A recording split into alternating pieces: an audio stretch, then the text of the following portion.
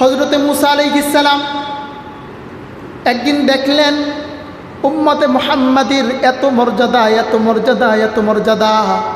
তখন আল্লাহর কাছে দোয়া করতে লাগলেন, আল্লাহ তোমার কাছে আমি দোয়া চাই, এই উম্মতে মুহাম্মাদির যেই বৈশিষ্ট্যগুলো, উম্মতে মুহাম্মাদির যেই মর্যাদা, সেই মর্যাদা আমি মুসা আলাইহিস সালামের উম্মতকে দান করে দাও।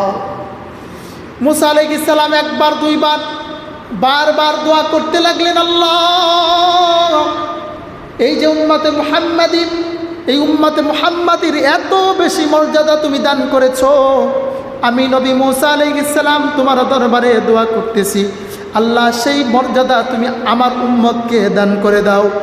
বারবার বারবার যখন দোয়া করতেছে হযরতে মুসা আলাইহিস সালাম, যেতে এই নবীর উম্মত, যেই উম্মতের যে মর্যাদা, আমি মুসার উম্মতকে সেটা দান করে দাও।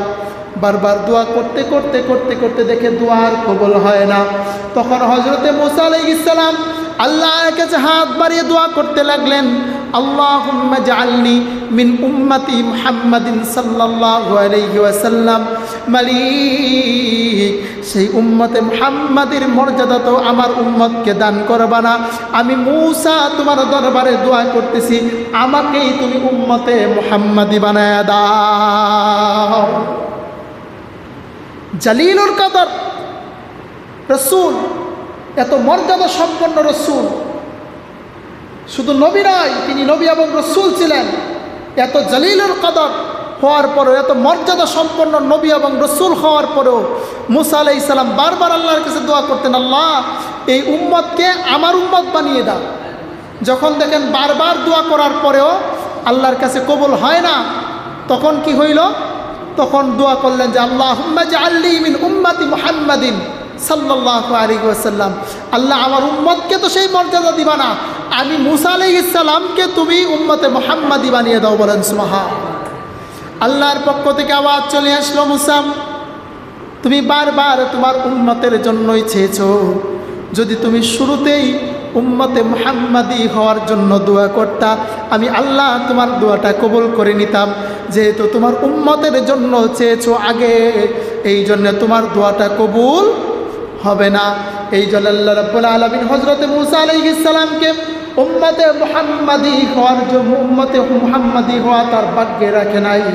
কিন্তু হযরতে মুসা আলাইহিস সালাম যাওয়ার পরে পৃথিবীতে আসলেন বহুদিন পরে হযরত ঈসা আলাইহিস সালাম। কি নাম? হযরত ঈসা আলাইহিস সালাম। হযরত ঈসা আলাইহিস সালাম যখন দুনিয়ায় আসলেন, তিনি যখন দেখলেন উম্মতে মুহাম্মাদির এত মর্যাদা, এত মর্যাদা, এত মর্যাদা, তখন তিনি মনে মনে ভাবলেন, আমার তো উম্মতে মুহাম্মাদি হওয়া দরকার। আমার কি হওয়া দরকার? উম্মতে মুহাম্মাদি হওয়ার দরকার। তখন তিনি মনে মনে ভাবলেন যে হযরত মুসা আলাইহিস সালাম আল্লাহর কাছে দোয়া করেছিল, আল্লাহ সেই উম্মত আমাকে দান করো। এই উম্মত চাওয়ার কারণে আল্লাহ রাব্বুল আলামিন তার দোয়া কবুল করে নাই। তিনি বুঝতে পারলেন, আমি যদি উম্মত চাই আল্লাহ আমাকেও দিবে না। তখন তিনি শুরুতেই উম্মতের জন্য আর দোয়া করেন না, তিনি নিজে নিজেই নিজের জন্য দোয়া করলেন, আল্লাহুম্মা জাআলনি মিন উম্মতি মুহাম্মাদিন সাল্লাল্লাহু আলাইহি ওয়াসাল্লাম। বলেন সুবহানাল্লাহ। হযরত ঈসা আলাইহিস সালাম আর তার উম্মতের জন্য দোয়া করলেন না, তার নিজের জন্য দোয়া করলেন, আল্লাহুম্মা জাআলনি মিন উম্মতি মুহাম্মাদিন সাল্লাল্লাহু আলাইহি ওয়াসাল্লাম।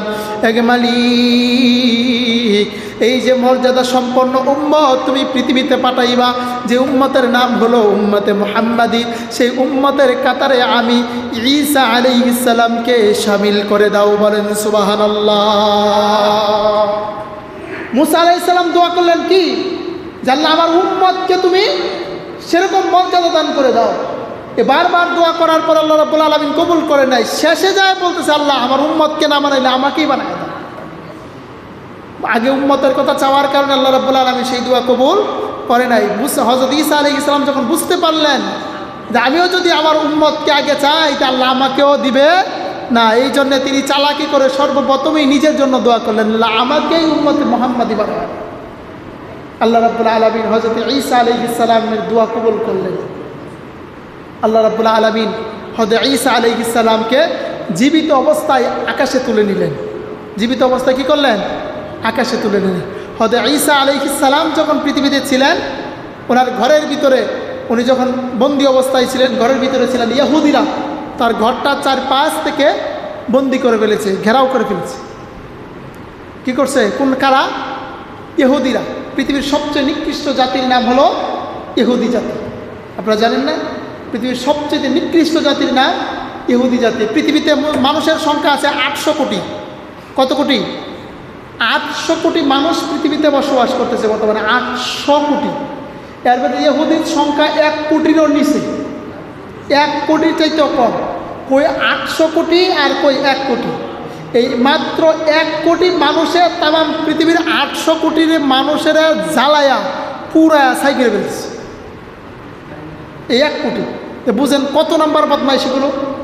1 কোটি মানুষে 800 কোটি মানুষেরা জ্বালাই দিচ্ছে। এমন বড় বদমাইশ এই ইহুদি জাতি। হযরত ঈসা আলাইহিস সালামের বাড়ির চারপাশ থেকে তখন ঘেরাও করলো। ঘেরাও করার পরে আল্লাহ রাব্বুল আলামিন কুদরতিভাবে হযরত ঈসা আলাইহিস সালামকে ঘর থেকে উঠায় নিলেন ফেরেশতাদের মাধ্যমে। তখন মানুষকে বারবার বলতে লাগলো, একজন আরেকজনকে ঠেলতেছে, তুমি ঘরের ভিতরে যাও, তুমি ঘরের ভিতরে যাও, ঈসাকে ধরে নিয়ে আসো। এই কথা যখন বলতেছে কেউ সাহস পায় না। তখন সেই জামানার এক বীর পুরুষ মহাকুস্তিগির রেসলার দাঁড়ায় বলতেছে, আমি যাব, আমি যাইয়া ঈসাকে ঘর থেকে ধরে নিয়ে আসবো। তখন সে ব্যক্তি ঘরের ভিতরে প্রবেশ করলো। ঘরের ভিতরে প্রবেশ করার সঙ্গে সঙ্গে আল্লাহ রাব্বুল আলামিন ঈসা আলাইহিস সালামকে ফেরেশতাদের মাধ্যমে আকাশে উঠায় নিলেন। আর যেটা ঘরের ভিতরে ঢুকছে ওইটাকে আল্লাহ রাব্বুল আলামিন ঈসা আলাইহিস সালামের চেহারা দিয়ে দিলেন। বলেন সুবহানাল্লাহ। খেলা ডাবল হয়ে গেছে না? ঈসা আলাইহিস সালামকে আল্লাহ রাব্বুল আলামিন কি করছেন? আকাশে তুলে নিছেন কুদরতিভাবে। আর ভিতরে যেটা ঢুকছে ঈসা আলাইহিস সালামকে মারার জন্য, ওইটাকে ঈসা আলাইহিস সালামের চেহারা দিয়ে দিছে। বহু সময় পার হয়ে যায়, দেখে আর ঘর থেকে বের হয় না। তখন ঘরের ভিতরে বের হওয়ার পরে যখন সেই ব্যক্তিরা ভাবতেছে ঘরের ভিতরে যায়, দেখে কেউই নাই। তখন বহুক্ষণ পরে অনেক ঘরের ভিতরে খোঁজাখুঁজি করার পরে সেই ব্যক্তিরা বের হয়ে আসছে। চেহারা কার কন্ত? চেহারা কিন্তু ঈসা আলাইহিস সালাম। ও ঢুকছে কিন্তু কুস্তিগির, বের হয়েছে কি? ঈসা আলাইহিস সালামের চেহারা দিয়া। যখনই ঈসা আলাইহিস সালামের চেহারা দিয়া বের হয়েছে, এমনি পাবলিক হয়েছে ধর ধর ধর, ওই জন্য ঢুকছে।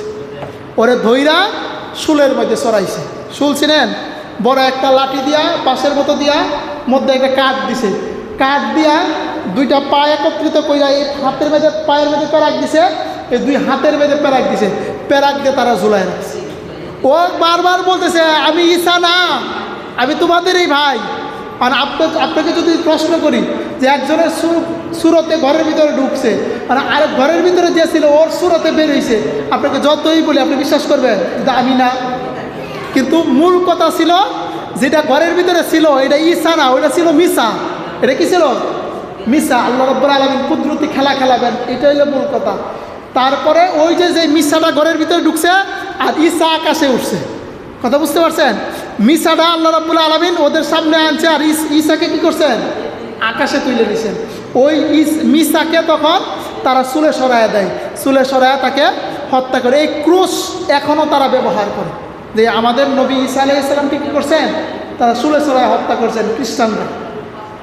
এই যে আল্লাহ রাব্বুল আলামিন হযরত ঈসা আলাইহিস সালামকে গোপনে আকাশে তুলে নিলেন। কিয়ামতের পূর্ব মুহূর্তে আল্লাহ রাব্বুল আলামিন হযরতে ইমাম মাহদী আলাইহিস সালাম যখন এই পৃথিবীতে আসবেন, দাজ্জাল যখন বের হয়ে যাবে, তাম পৃথিবী জুড়ে যখন দাজ্জালের সয়লাব হয়ে যাবে, মানুষকে যখন কাফের বানাইতে থাকবে সেই দাজ্জাল, তখন ঈসা আলাইহিস সালাম এই পৃথিবীতে আগমন করবেন। আসরের নামাজের আগে দামেস্কের জামে মসজিদের সামনে হযরত ইমামে মাহদী আলাইহিস সালাম তখন তিনি আসরের নামাজের জন্য প্রস্তুতি গ্রহণ করবেন। তখন ওনার কাছে সংবাদ আসবে আল্লাহর পয়গম্বর হযরত ঈসা আলাইহিস সালাম আকাশ থেকে জমিনে অবতরণ করতেছেন। বলেন সুবহানাল্লাহ। হযরত ঈসা আলাইহিস সালাম যখন এই জমিনে অবতরণ করবেন, তখন ইমাম মাহদী আলাইহিস সালাম বলবেন, তোমরা একটু বসো, আমার ভাই ঈসাকে আমি নামিয়ে নিয়ে আসি। তখন সেই ঈসা আলাইহিস সালাম আল্লাহর পয়গম্বর ছিলেন, তখন তিনি আর নবী হিসাবে পৃথিবীতে আসবেন না, কারণ আমার নবী খাতামুন নবিয়্যিন, আমার নবী হলো সর্বশেষ নবী, নবী মুহাম্মাদুর রাসূলুল্লাহ সাল্লাল্লাহু আলাইহি ওয়াসাল্লাম। রাসূলুল্লাহ সাল্লাল্লাহু আলাইহি ওয়াসাল্লাম হলো সর্বশেষ নবী, তিনি হলো খতমে নবুওয়াতের ধারক বাহক, তিনি সর্বশেষ নবী। আল্লাহ রাব্বুল আলামিন বলছেন খাতামুন নাবিয়্যিন, তিনি সর্বশেষ নবী। হযরত ঈসা আলাইহিস সালাম তখন উম্মতে মুহাম্মাদি হিসেবে পৃথিবীতে আসবেন। তখন হযরত ঈসা আলাইহিস সালামকে ইমাম মাহদী বলবেন যে হুজুর, আপনি তো সেই জামানার নবী ছিলেন, এই জামানার উম্মত হিসাবে আসছেন, আপনি একটা কাজ করেন, আপনি আসরের নামাজটা পড়ান। হযরত ঈসা আলাইহিস সালাম তখন বলবে, না, আপনি উম্মতে মুহাম্মাদের সরদার, আপনি যেহেতু উম্মতে মুহাম্মাদে আগে থেকেই, আর আমি তো দুয়ার মাধ্যমে হয়েছি, আপনি আসরের নামাজটা পড়ান। তখন ইমাম মাহদীর নেতৃত্বে, ইমাম মাহদীর ইমামতিতে হযরত ঈসা আলাইহিস সালাম আসরের নামাজ আদায় করবেন। বলেন সুবহানাল্লাহ। ইমাম জালালউদ্দিন সুয়ুতী আল হাবিলিল ফাতওয়ার ভিতরে লেখেন, ও দুনিয়ার মানুষ, হযরত ঈসা আলাইহিস সালাম মানুষকে এই মেসেজটা দেওয়ার জন্য তিনি ইমামতি করবেন না, ইমাম মাহদীর পিছনে তিনি মুক্তাদি হিসাবে দাঁড়িয়ে যাবেন। কারণ তিনি যদি ইমাম হয়ে যান তাহলে অনেকে ধারণা করতে পারে তিনি আবার নবী হিসাবে এসেছেন। তিনি এই কথার সাক্ষ্য দেওয়ার জন্য ইমাম মাহদীর পিছনে দাঁড়িয়ে যাবেন যে আমি আর নবী হিসাবে আসি নাই, আমার নবুয়াতির পরে এখন পৃথিবীতে এসেছি উম্মতে মুহাম্মাদি রাসূলুল্লাহর গোলাম হিসাবে। বলেন সুবহানাল্লাহ।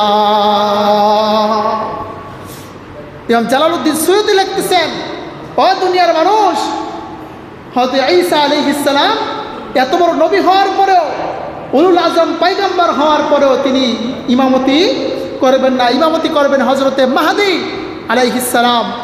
ইমাম মাহদীর নেতৃত্বের মাধ্যমে আসরের নামাজ পড়ে তারা এই জায়গা থেকে একত্রিত হয়ে तमाम পৃথিবীর সমস্ত মুসলমানগণ তখন দুই ভাগে বিভক্ত হয়ে যাবে। একটা ভাগ থাকবে কাফের, আর একটা ভাগ থাকবে মুসলমান। এই দুই ভাগে तमाम পৃথিবী জুড়ে মহাবিশ্ব যুদ্ধ শুরু হবে। সেই যুদ্ধের মাধ্যমে দাজ্জালকে হত্যা করা হবে। দাজ্জালের হত্যার পরে ইমাম মাহদী আলাইহিস সালাম আর ঈসা আলাইহিস সালাম तमाम পৃথিবীতে আবারও 40 বছরের খেলাফত প্রতিষ্ঠা করবেন। এই 40 বছরের খেলাফতের পরে আল্লাহ রাব্বুল আলামিন এই পৃথিবী ধ্বংস করে দেবেন। কথা বুঝতে পারছেন? তাহলে বোঝা যায় উলুল আজম পয়গম্বর যারা ছিল তারা পর্যন্ত আল্লাহর কাছে দোয়া করতেন যে আল্লাহ আমাকে উম্মতে মুহাম্মাদি বানায়া দাও।